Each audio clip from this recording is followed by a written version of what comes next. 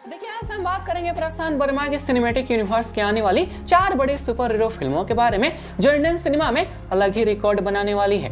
और इस लिस्ट में सबसे पहली फिल्म आती है इस यूनिवर्स की महाकाली, जो इंडिया की दूसरी female lead super hero movie है मलयालम की लोखा के बाद। और सबसे कमाल की बात यह है इस फिल्म का शूटिंग मई महीना से चालू हो चुका है और फिल्म के विलेन के लिए प्रशांत वर्मा हिंदी से ही अक्षय खन्ना को फाइनल किए हैं, जो महाकाली में राक्षसों के गुरु शुक्राचार्य का कैरेक्टर प्ले कर रहे हैं। बाकी इस फिल्म को सिर्फ प्रशांत वर्मा लिखे हैं, पर महाकाली को कोई और डायरेक्ट कर रहा है जिनका नाम है पूजा कोलोरू। और ये पूजा कोलोरू अब तक अपनी फिल्म की सुपर हीरोइन को सीक्रेट रखी है। जी हाँ, कोई नहीं जानता है महाकाली में किस एक्ट्रेस को हीरोइन बनाया गया है।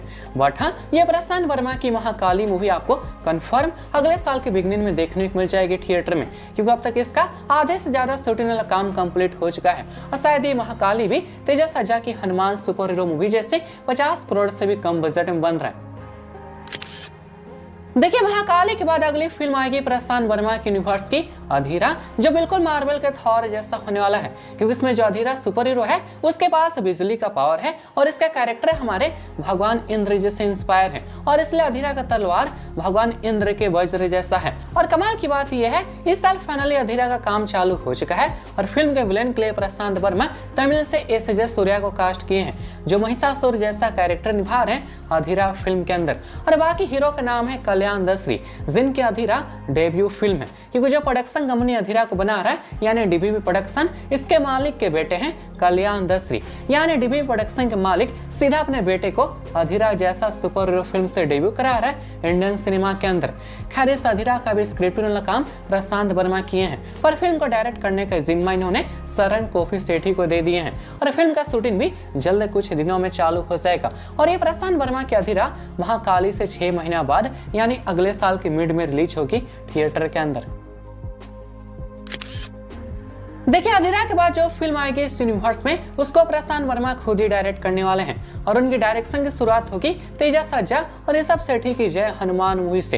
एक्चुअली में प्रशांत वर्मा जय हनुमान के स्क्रिप्ट कब का रेडी कर लिए हैं और वो कई महीने से तेजस सज्जा और ऋषभ सेठी का फ्री होने का इंतजार कर रहे थे। और अब दोनों एक्टर तेजस सज्जा और ऋषभ सेठी अपनी मिराई और कंतारा से फ्री हो चुके हैं और इसलिए प्रशांत वर्मा जल्द पूजा मुहूर्त करके फिल्म का शूटिंग भी चालू कर देंगे दोनों एक्टर के साथ। और अब की प्रशांत वर्मा अपनी जय हनुमान को 25 करोड़ में नहीं बल्कि कम से कम 200 करोड़ के बजट में बनाएंगे, जो आपको अगले साल के एंड में या 2027 में देखने को मिल सकती है थिएटर में।